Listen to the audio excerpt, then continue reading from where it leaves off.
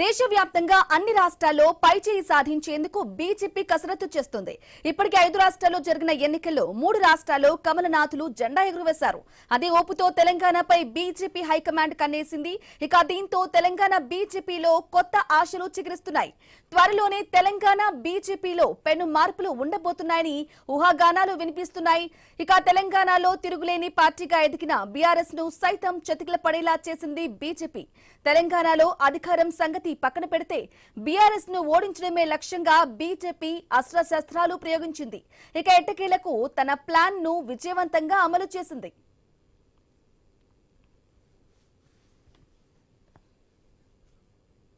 తాజాగా మహిళా రిజర్వేషన్ బిల్లును ప్రతిపక్షాలు అడ్డుకోవడంతో బీజేపీ మరో ఎత్తుగడ వేస్తోంది.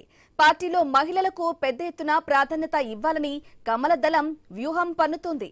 దీని ద్వారా మహిళలకు 33%తో పార్లమెంటులో చోటు ఇవ్వాలని ఆలోచిస్తోంది. అలాగే కేంద్ర కేబినెట్ లోనూ మార్పులు చేర్పులు ఉండే అవకాశం ఉంది. ఇక తెలంగాణకు అదనంగా మరో కేబినెట్ మంత్రి పదవి ఇచ్చే అవకాశాలు కనిపిస్తున్నాయి. రాష్ట్రంలో అత్యధికంగా 8 మంది ఎంపీలు ఉండటంతో ఈ నిర్ణయం తీసుకున్నట్లుగా తెలుస్తోంది.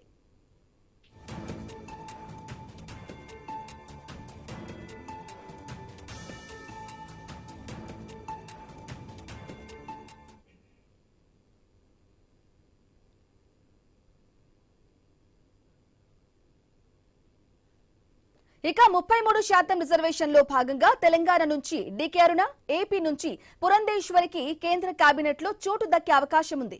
ఇప్పటికే కేంద్ర కేబినెట్ లో 7 మహిళా మంత్రులైతే ఉన్నారు. నిర్మలా సీతారామన్, శోభా కరంద్లాజే, రక్షా ఖార్సీ, అన్నపూర్ణాదేవి, నింబున్ బంబానియా, అనుప్రియా పటేల్, సావిత్రి ఠాకూర్ కేంద్ర మంత్రులుగా ఉన్నారు. ఇక అటు తెలంగాణకు మరో కేంద్ర మంత్రి పదవి దక్కే అవకాశం ఉందని పార్టీ వర్గాలు చెబుతున్నాయి. అలాగే పార్టీలో కూడా మహిళలకు పెద్దపీట వేయాలని బీజేపీ నిర్ణయం తీసుకున్నట్లుగా తెలుస్తోంది. ఇప్పటికే హైదరాబాద్ లో ప్రధాని మోదీ సభకు సంబంధించి మహిళా నేతలతో ఉన్న ఫ్లెక్సీలు భారీగా వెలిశాయి. రేపు హైదరాబాద్, బెంగళూరులో మోదీ సభలకు భారీ ఎత్తున ఏర్పాట్లు చేశారు. మోదీ 3వసారి ప్రధానమంత్రి అయిన తర్వాత తొలిసారి హైదరాబాద్ లో అడుగు పెట్టబోతున్నారు. ఇక దీంతో బీజేపీ నాయకులు, శ్రేణులు మరింత జోష్ మీద ఉన్నారు. దక్షిణాదిలో బీజేపీ పాగా వేసేందుకు మోదీ తెలంగాణ నుంచే తన వ్యూహాన్ని మొదలు పెట్టబోతున్నట్లుగా రాజకీయ విశ్లేషకులు అంచనా వేస్తున్నారు.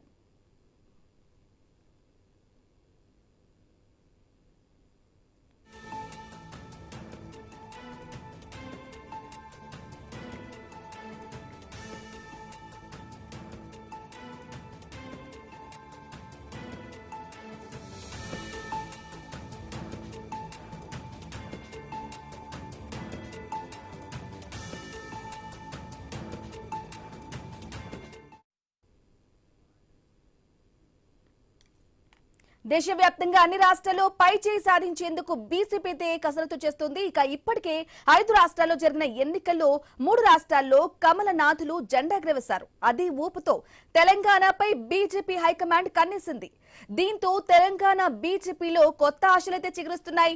త్వరలోనే తెలంగాణ బీజేపీలో పెను మార్పులు ఉండబోతున్నాయని ఊహాగానాలు వినిపిస్తున్నాయి. ఇక తెలంగాణలో తిరుగులేని పార్టీగా ఎదిగిన బీఆర్ఎస్ ను సైతం చతికిల పడేలా చేసింది బీజేపీ. తెలంగాణలో అధికారం సంగతి పక్కన పెడితే ఇక బీఆర్ఎస్ ను ఓడించడమే లక్ష్యంగా బీజేపీ అస్త్రశస్త్రాలు ప్రయోగించింది. ఎట్టకేలకు తన ప్లాన్ ను విజయవంతంగా అమలు చేసింది.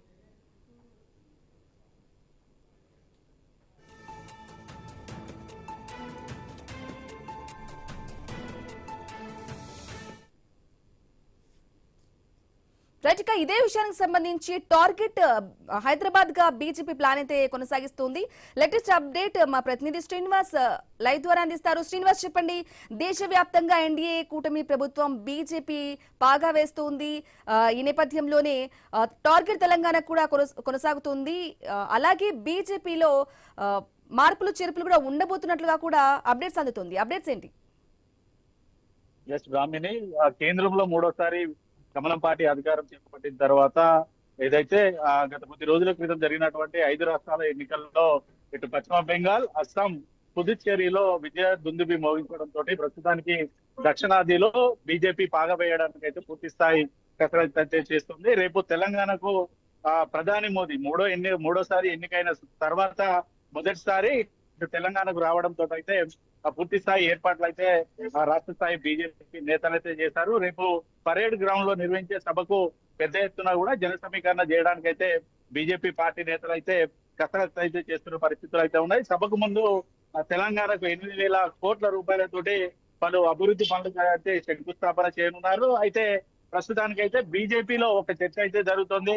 ప్రధాని మోదీ తెలంగాణకు వస్తున్న నేపథ్యంలో తెలంగాణ బీజేపీలో పెను మార్పులు చోటు చేసుకుంటాయంటూ కూడా కొంత ఇటు పార్టీ వర్గాల్లో అయితే చర్చలు అయితే జరుగుతుంది. ఇటు పార్లమెంటులో 33% మహిళా రిజర్వేషన్ కల్పించే దిశగా అడుగులు పడుతున్న నేపథ్యంలో కేంద్ర కేబినెట్ లో కూడా మహిళలకు ప్రాధాన్యత ఇవ్వడానికి ఇటు బీజేపీ పార్టీ శ్రేణులు అయితే కసరత్తు చేస్తున్నారంటూ కొంత ఇటు సమాచారం అయితే అందుతుంది. ఈ నేపథ్యంలో తెలంగాణ నుంచి మహబూబ్ నగర్ ఎంపీగా ఉన్నటువంటి డికే అరుణకు ప్రాతినిధ్యం ఇస్తారంటూ కూడా కొంత ఆసక్తికర చర్చలు అయితే జరుగుతున్నాయి. మరోవైపు దక్షిణాదిన ఉన్న ఇటు ఏపీ నుంచి కూడా పురంధేశ్వరికి కేబినెట్ మంత్రి హోదా ఇస్తారంటూ కూడా చర్చలు అయితే జరుగుతుంది. దాదాపుగా ఇటు కర్ణాటక తర్వాత తెలంగాణ నుంచి 8 మంది అయితే ఎంపీలు ఉన్న నేపథ్యంలో మరొక కేబినెట్ మంత్రి పదవిని అయితే తెలంగాణకు కట్టబెట్టడానికి కేంద్రం సిద్ధంగా ఉన్నట్టుగా అయితే తెలుస్తుంది. ఇప్పటికే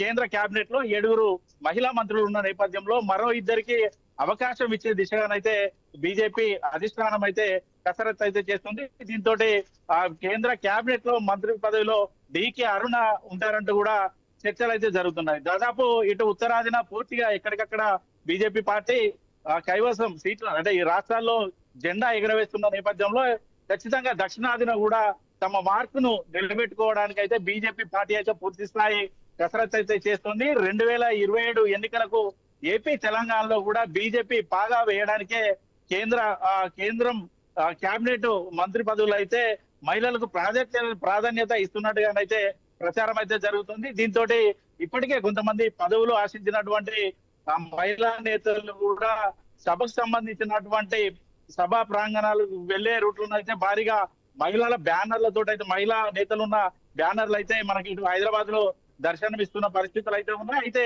మహబూబ్ నగర్ ఎంపీగా ఉన్న డికే అరుణ జాతీయ స్థాయిలో ఉపాధ్యక్షురాలుగా ఉన్నారు. మరోవైపు స్మృతి ఇరానీ వంటి నేత స్థానాన్ని భర్తీ చేయాలంటే కూడా కేవలం డికే అరుణతోటే సాధ్యమవుతుందంటూ కూడా డికే అరుణకి కేబినెట్ మంత్రి హోదా ఇవ్వడానికి అధిష్టానం మొగ్గు చూపుతున్నట్టుగానైతే ప్రస్తుతానికైతే మనకు సమాచారం అందుతుంది. ఇటు కేబినెట్ మంత్రి హోదాతో పాటు తెలంగాణలో కూడా మిగతా స్థానాల్లో కూడా కొంత మార్పులు చేర్పులు ఉంటాయంటూ కూడా ఇటు కొంత పార్టీ వర్గాల్లోనైతే చర్చలు అయితే కొనసాగుతూ ఉన్నాయి. మరి మోదీ ఇటు తెలంగాణ పర్యటన తర్వాత తెలంగాణ బీజేపీలో ఎటువంటి మార్పులు చోటు చేసుకుంటాయో చూడాలి. ఇప్పుడు ప్రస్తుతానికైతే బీజేపీ పార్టీ నేతలు అయితే రేపు జరగనున్న సభకు సంబంధించి పూర్తి స్థాయి ఏర్పాటు చేశారు. సభా ప్రాంగణం వద్ద 3 అంచెల భద్రతను ఏర్పాటు చేశారు.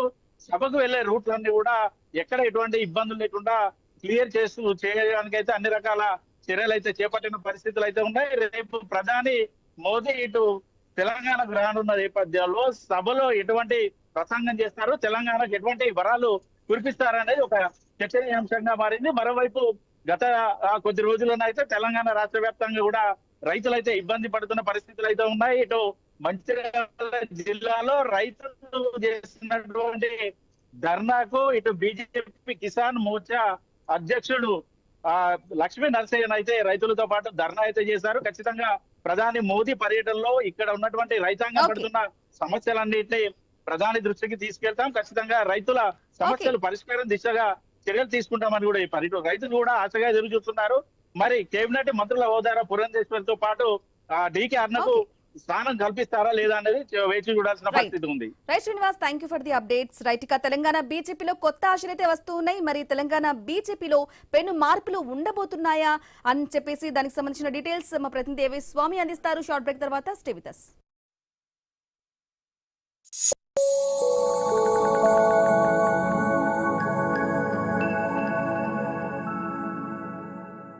మాస్టర్ మైండ్స్ కామర్స్ చదవాలనుకునే 10th ఇంటర్ విద్యార్థుల తొలి ఎంపిక. అందుకే good to are cool cool cool సమ్మర్లో ఎనర్జీ తక్కువ ఉంటుంది, తినండి గుడ్డు ఎనర్జెటిక్ గా ఉండండి. సండే అయినా మండే అయినా రోజు తినండి గుడ్డు. మాస్టర్ మైండ్స్ కామర్స్ చదవాలనుకునే 10th ఇంటర్ విద్యార్థుల తొలి ఎంపిక. మాస్టర్ మైండ్స్ కామర్స్ చదవాలనుకునే 10th ఇంటర్ విద్యార్థుల తొలి ఎంపిక. మాస్టర్ మైండ్స్ కామర్స్ చదవాలనుకునే 10th ఇంటర్ విద్యార్థుల తొలి ఎంపిక. మాస్టర్ మైండ్స్ కామర్స్ చదవాలనుకునే 10th ఇంటర్ విద్యార్థుల తొలి ఎంపిక.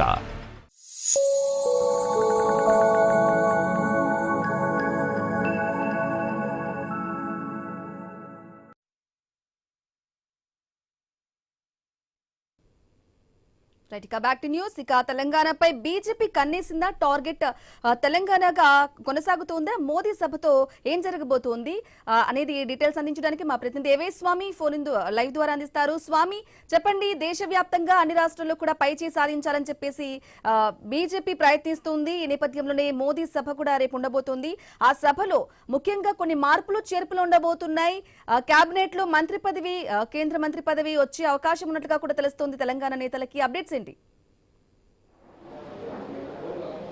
అంటే ఇప్పటికి ఇటీవల జరిగినటువంటి 5 రాష్ట్రాల అసెంబ్లీ ఎలక్షన్స్లో పాండిచ్చేరి, వెస్ట్ బెంగాల్, అస్సాంలో అధికారం చేకూర్చుకున్నటువంటి భారతీయ జనతా పార్టీ బెంగాల్ విజయంతో మంచి ఉత్సాహంలో ఉంది. దీంతో వారికి ఉన్నటువంటి రాజకీయ శత్రువుగా ఉన్నటువంటి కేరళలో, అదేవిధంగా ఇటు తమిళనాడులో కూడా డిఎంకే, ఇటు వామపక్షాలు ఓడిపోవడంతో కూడా భారతీయ జనతా పార్టీలో సరికొత్త ఉత్సాహం నెలకొన్నది. అందులో భాగంగానే ఒకవైపు తెలంగాణలో కూడా రేపు ప్రైమ్ మినిస్టర్ నరేంద్ర మోడీ రేపు తెలంగాణలో పర్యటించబోతున్నారు. తెలంగాణలో రేపు కొన్ని శంకుస్థాపనలు, అభివృద్ధి కార్యక్రమాలతో పాటు సాయంత్రం 6 గంటలకు సికింద్రాబాద్ పరేడ్ గ్రౌండ్లో ఒకవైపు భారతీయ జనతా పార్టీ ఆధ్వర్యంలో లక్షలాది మందితో ఒక భారీ బహిరంగ సభ నిర్వహించబోతుంది. మోడీ తెలంగాణ ప్రజలకు, పార్టీ క్యాడర్కు, నాయకత్వానికి ఆశ్వాసాన్ని ఇస్తారని చెప్పేసి కూడా భారతీయ జనతా పార్టీ నేతలు భావిస్తున్నారు. తెలంగాణలో అధికారం రావడమే లక్ష్యంగా భారతీయ జనతా పార్టీకి ఒక దిశానిర్దేశం చేస్తారని చెప్పేసి కూడా ఆశిస్తున్నారు. ప్రధానంగా ప్రైమ్ మినిస్టర్ నరేంద్ర మోడీ మూడోసారి ఒకవైపు కేంద్రంలో ఒకవైపు ప్రైమ్ మినిస్టర్ అయిన తర్వాత తెలంగాణకు ఇంతవరకు అధికారిక పర్యటనలో ఎక్కడ కూడా పాల్గొనలేదు. ఇది తొలి పర్యటనగా కూడా భావిస్తున్నారు. గతంలో పార్లమెంట్ ఎలక్షన్స్ ముందు కొన్ని సందర్భాలు వచ్చిపోయిన సందర్భంగా కానీ ఆ తర్వాత మళ్ళీ ఎప్పుడు రాలేదని చెప్పేసి కూడా ఒకవైపు అంటున్నారు.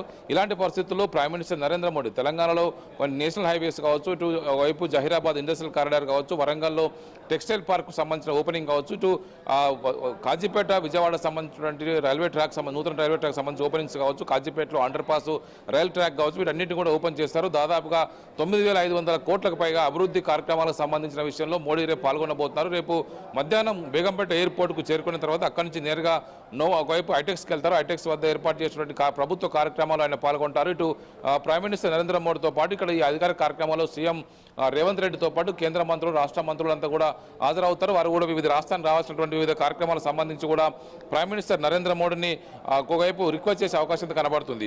ఒకవైపు రాష్ట్రంలో కాంగ్రెస్ పార్టీ అధికారం ఉండడంతో కూడా వివిధ సందర్భాల్లో కేంద్ర భారతీయ జనతా పార్టీ సర్కార్ పైన ఇటు కాంగ్రెస్ నేతలు, సీఎం నరేంద్ర మోడీ ఒకవైపు సీఎం ప్రైమ్ మినిస్టర్ పైన రేవంత్ రెడ్డి అటాక్ చేస్తున్న సందర్భం కూడా మనకు కనబడుతుంది. ఇలాంటి సమయంలో రేపు ప్రైమ్ మినిస్టర్ నరేంద్ర మోడీ రేపు పరేడ్ గ్రౌండ్ నుంచి రాష్ట్ర ప్రజలను ఉద్దేశించి ఏం మాట్లాడతారని చెప్పేసి కూడా అంతా భావిస్తున్నారు. దీనికి సంబంధించినటువంటి ఇప్పటికే షెడ్యూల్ కూడా ఖరారైంది. ఆయన దానికి సంబంధించినటువంటి ఏర్పాట్లలో ఇప్పటికే అధికార యంత్రాంగం తలములకలై ఉంది. బేగంపేట నుంచి వచ్చినటువంటి వైపు ప్రైమ్ మినిస్టర్ నరేంద్ర మోడీ దాదాపుగా 9,400 కోట్ల విలువైనటువంటి వివిధ పనులకు సంబంధించి రేపు ఆయన ప్రారంభించబోతున్నారు. తెలంగాణలో ఒకవైపు ఈ మౌలిక సదుపాయాలకు సంబంధించిన విషయంలో తెలంగాణకు లక్షల కోట్ల రూపాయలు కేంద్ర ప్రభుత్వం నుంచి వస్తుంది. అయినప్పటికీ కూడా గతంలో ఉన్నటువంటి బీఆర్ఎస్ సర్కారు, ప్రస్తుతం ఉన్నటువంటి కాంగ్రెస్ సర్కారు రెండు కూడా కేంద్రం నుంచి ఏమొస్తున్నాయని చెప్పేసి పదే పదే మాట్లాడుతుండడంతో కూడా దీనికి సంబంధించి బీజేపీ రాష్ట్రాల నుంచి ప్రాతినిధ్యం వేస్తున్నటువంటి కేంద్ర మంత్రులు ఇటు కిషన్ రెడ్డి కావచ్చు, బండి సంజయ్ కావచ్చు, మా ఎంపీలు కావచ్చు, ఎమ్మెల్యేలంతా కూడా ప్రతి సందర్భంలో అటాక్ చేస్తున్నారు.